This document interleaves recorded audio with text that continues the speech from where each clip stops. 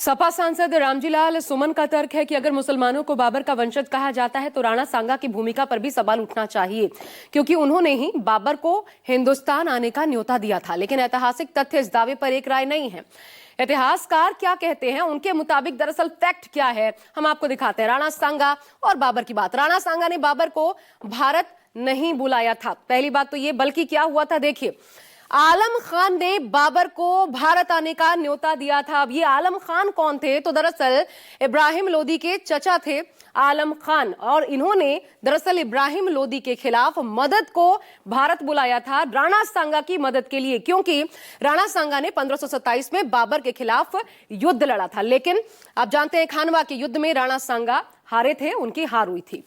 उत्तर भारत में वर्चस्व स्थापित करने के लिए खानवा की लड़ाई को मध्यकालीन भारतीय इतिहास में एक महत्वपूर्ण मोड़ माना जाता है। हालांकि बाबर की लिखी डायरी बाबरनामा में राणा सांगा के न्योते का जिक्र है, और इसी बाबरनामा को आधार बनाकर रामजीलाल सुमन ने राणा सांगा पर विवादित टिप्पणी की। लेकिन इतिहासकार बाबरनामा के आधार पर अलग दावे करते हैं। एक और दावा मैं आपको दिखाती हूं, राणा सांगा को लेकर जो किया गया है, किनका, वो भी बताती हूं।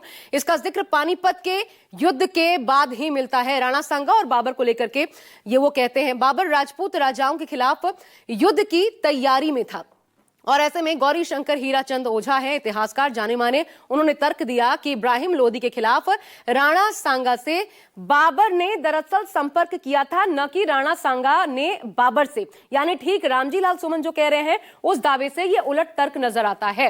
हालांकि संसद में एक गूंज और चल रही है, इसके अलावा वो है वक्फ संशोधन बिल को लेकर।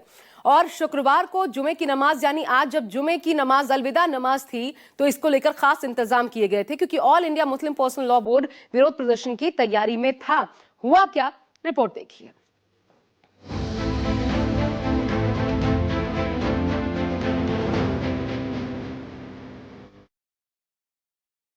संभल इस वक्त छावनी में तब्दील है। तमाम बड़े अधिकारी हैं, चाहे वो डीएम हो, एसडीएम हो या फिर एसपी हो, वो तमाम इलाकों में खुद जाकर हर जगह गश्त कर रहे हैं। पुलिस के द्वारा 10 company PAC platoon, PAC, RRF deploy किया था। ड्रोन के माध्यम से भी निगरानी रखी गई थी और शांतिपूर्ण तरीके से नमाज अदा।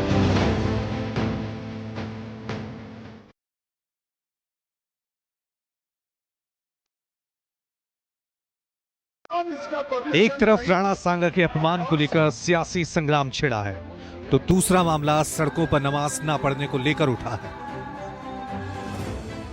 दरअसल यूपी सरकार की तरफ से आदेश दिए गए थे कि जुम्मे की नमाज सड़क पर नहीं पढ़ी जाएगी,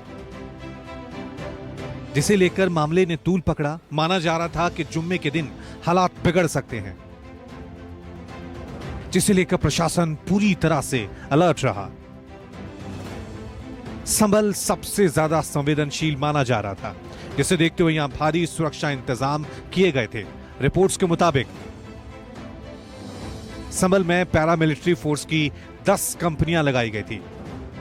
इसमें 7 कंपनी पीएसी और 3 कंपनी आरआरएफ की तैनात रही। इसके अलावा एक कंपनी आरएफ भी तैनात रही। साथ ही इलाके की निगरानी ड्रोन कैमरे के जरिए की गई। कुल 11 कंपनियां जो हैं वो संभल में तैनात हैं, जिसमें से 10 जो है पैरामिलिट्री फोर्स की और एक जो है आरआरएफ की कंपनी है जो यहां पर तैनात है। इसके अलावा 1300 से ज़्यादा सीसीटीवी कैमरे हैं, जिनके ज़रिए अलग अलग इलाकों में नज़र रखी जा रही है। और संभल की बात करें तो करीब 3 जो थाना क्षेत्र पड़ते हैं, चाहे वो थाना नखासा हो, चाहे थाना हयात नगर हो, चाहे थाना कोतवाली हो, तीनों में करीब 400 के आसपास जो है छोटी बड़ी मस्जिदें हैं, और सभी पर पुलिस की भारी सुरक्षा व्यवस्था है। और सभी जगहों पर जो है राजस्व विभाग के अधिकारियों की भी तैनाती की गई है। खुद जो जिला प्रशासन, वो तमाम बड़े अधिकारी हैं, चाहे वो डीएम हो, एसडीएम हो या फिर एसपी हो, वो तमाम इलाकों में खुद जाकर हर जगह गश्त कर रहे हैं। और लगातार जो है वो अलग अलग इलाकों में नज़र रखी जा रही है, और कंट्रोल रूम को भी पूरी तरह से एक्टिव किया गया है। संभल में किसी तरह की कोई अप्रिय घटना नहीं हुई। हालांकि all India Muslim personal law board ने मुस्लिमों से अपील की थी कि वक्फ संशोधन बिल के खिलाफ अपना विरोध दर्ज कराएं। इसके लिए नमाज के समय लोग हाथ पर काली पट्टी बांधे हुए दिखाई दिए। हालांकि प्रशासन की तैयारी के चलते संभल में शांतिपूर्ण तरीके से जुम्मे की नमाज हुई। किस तरह के अरेंजमेंट थे पूरे दौरान, और अब क्या हालत है? जुम्मे की अलविदा की नमाज है, वो समापन हुई है। जामा मस्जिद इंजामिया कमेटी के वॉलंटियर्स हैं, उन वॉलंटियर्स के सहयोग से पुलिस ने अपने सुरक्षा प्रदान भी की थी और सभी लोग अपना नमाज पढ़ के अपने गंतव्य को पधार गए। तो अभी 2 दिन बाद ईद है, तो उसके लिए भी क्या बिल्कुल इसी तरीके के यहाँ इंतजामिया कमेटी है, इनके सदैव वॉलंटियर्स हैं, वो पुलिस के सहयोग में रहते हैं और पुलिस के द्वारा 10 company PAC platoon, PAC, RRF deploy किया था। ड्रोन के माध्यम से भी निगरानी रखी गई थी और शांतिपूर्वक तरीके से नमाज अदा की। सड़क पर नमाज न पढ़ने के आदेश के बाद इस पर सियासत भी शुरू हो गई। समाजवादी पार्टी की सांसद इकरा हसन कहती हैं कि एक तरफ मुस्लिमों को सौगातें मोदी किट दी जा रही है, तो दूसरी तरफ उन पर पाबंदियां भी लगाई जा रही हैं। लगातार हमें सौगातें दी जा रही हैं प्रधानमंत्री जी की तरफ से। पहले वक्फ बिल लाया गया, सर्वे के लिए टीम्स भेजी गई मस्जिदों के, और अब ये नया नमाज पे जो रोक लगाई है, तो ऐसी सौगातों की हमें जरूरत नहीं है। मुसलमान यहाँ का अपना सम्मान चाहता है, अपने अधिकार चाहता है जो संविधान के द्वारा मिले हुए हैं, और त्योहार मनाने से और नमाज पढ़ने से कोई किसी को नहीं रोक सकता। संबल हो चाहे देश का कोई कोना हो, मेरा मानना यह है कि खुले में नमाज नहीं करनी चाहिए, एक पवित्रता नहीं रह पाती है।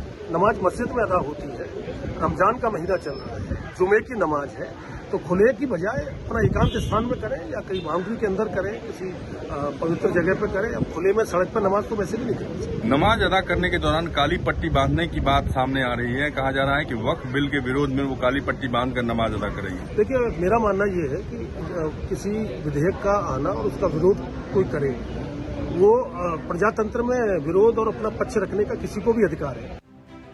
मध्य प्रदेश के भोपाल में भी मुस्लिमों ने नमाज के समय विरोध दर्ज कराया। वक्फ संशोधन बिल को लेकर यहां भी मुस्लिमों ने हाथ पर काली पट्टी बांध रखी थी। भोपाल मक्की ताजुल मस्जिद में अलविदा जुम्मे की नमाज हुई। यहां लोगों का कहना था कि उन्हें डर है कि अगर वक्फ संशोधन बिल पास होकर लागू हुआ तो उनकी संपत्तियां छीन ली जाएंगी। All India Muslim personal law board के एक अपील के बाद देश भर में जिस तरह से मुस्लिम समाज के लोग आज रमज़ान के अलविदा जुमे की नमाज के बाद हाथों में काली पट्टी बांधकर जो वक्फ संशोधन विधेयक है उसके खिलाफ यहाँ पर उसके विरोध में पहुँचे हैं और यहाँ पर नमाज अदा की है। भोपाल की जो ताजुल मस्जिद है, जो कि एशिया की सबसे बड़ी ताजुल मस्जिद है, यहाँ पर नमाज अदा की गई है। आपने काली पट्टी बांधी है जी, हम इस बोर्ड के खिलाफ हैं। ये आना नहीं चाहिए, इससे हमारा सब नुकसान हो सकता है, इसलिए हम इसके खिलाफ हैं। मैं अपना सरकार के खिलाफ बिल अमेंडमेंट बिल जो सरकार लाने जा रही है उसका शांतिपूर्वक विरोध दर्ज कराने के लिए अपने हाथ पे काली पट्टी बांध कर आया हूं और सरकार से ये मांग करता हूं कि इस विरोध को, इस काले कानून को खत्म किया जाए। आज मुसलमान खामोशी के साथ all India Muslim personal law board के कहने पर एक एहतजाज करने आया है। हमसे आपने सब कुछ छीन लीजिए, हमें मंजूर है, मगर हमसे हमारा दीन, हमारी मस्जिदें, हमारे कब्रस्तान अगर आप छीनेंगे तो हम कैसे उस पर खामोश हो सकते हैं। इसलिए खामोशी के साथ ये एहतजाज है।